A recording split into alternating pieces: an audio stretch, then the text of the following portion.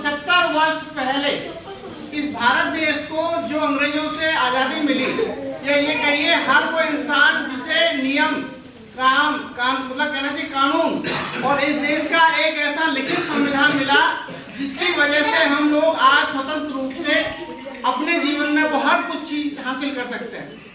तो सबसे पहले 14 नवंबर 1949 को इस संविधान को लिखने के लिए जो एक समिति गठित की गई, और उस समिति में ये कहें कि प्रारूप समिति के जो प्रमुख रहे उनको आज हम इसीलिए भी विशेष याद करते हैं, डॉक्टर बाबा साहब भीमराव अम्बेडकर, क्योंकि संविधान समिति में प्रारूप समिति के अंदर जो अध्यक्ष रहे, इनका एक कह सकते हैं एक समिति करीब 7 लोगों की समिति ग्रुप में थी। उनमें से बहुत सारे ऐसे भी लोग थे जिन्होंने संविधान को लिखने में बहुत सहयोग किया। तो आज के दिन हम इसीलिए संविधान को ज्यादा मानते हैं। मैंने ये छोटी सी बातें जो तुम्हें विस्तार में आगे नहीं याद रहती, ठीक है, पहले मैंने इसीलिए लिखा है कि तुम्हें याद भी रहे और आगे इसके बारे में इतिहास में इसके बारे में सही जानकारी जो तुम्हें मिल सके, ठीक है। तो जो जूनियर वर्ग की क्लास के बच्चे हैं, मैं तो ये सबसे कहूँगा कि वो पहले तो इसको लिख लें और एक दिन हम इसके बारे में छोटी सी प्रतियोगिता भी रखेंगे, ठीक है। आज हालांकि ये सुलेख प्रतियोगिता थी वैसे देखा जाए तो मैं बस ये कहूँगा कि 14 नवंबर 1949 को संविधान दिवस तो हम लोग आज मना रहे हैं, पर ये देश में हमें जो शिक्षा के लिए जो आगे अवसर मिला, या ये कहिए आगे बढ़ने का जो मौका मिला, तो हर वो इंसान जो जीवन में आगे तरक्की करना चाहता है, तो आज सभी बच्चे विद्यालय में पढ़ने आते हैं, ठीक है। तो ये क्या देता है, यहाँ कोई गरीब कोई अमीर नहीं है, ठीक है, सब लोग समान है। कैसे हैं? समान। और हम यहाँ किसके लिए आते हैं? शिक्षा लेने के लिए, शिक्षा हासिल करने के लिए, ठीक है। तो पहला आपके जीवन में क्या कर्तव्य होना चाहिए? क्या होना चाहिए? क्या कर्तव्य होना चाहिए?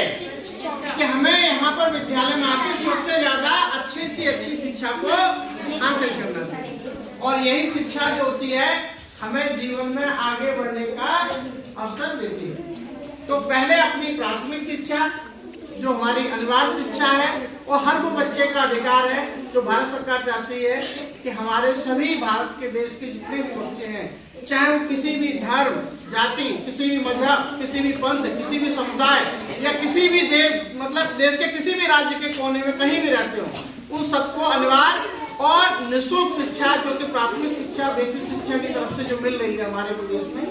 तो आप लोगों को ये पता होना चाहिए कि कोई भी बच्चा शिक्षा से अधूरा न रहे।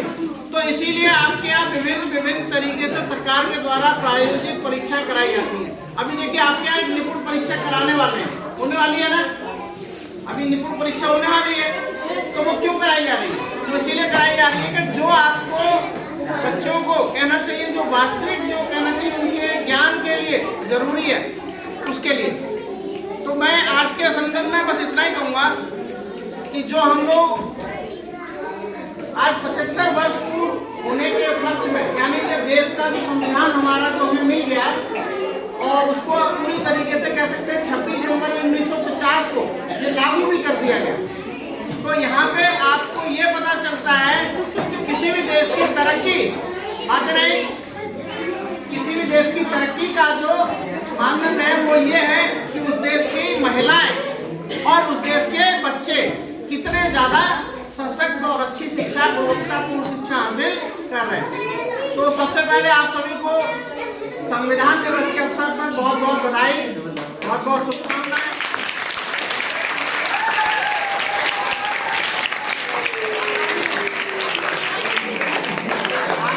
इसके लिए कि जीवन में अगर मौका मिले तो कहते हैं कि एक रोटी घर में कभी कम हो तो भूखे पेट भी रह लेना, कोई दिक्कत नहीं।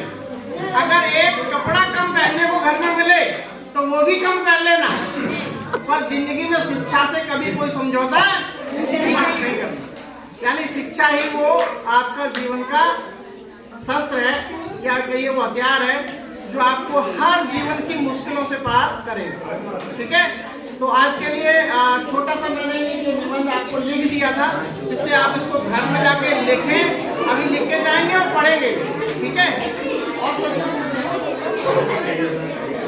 और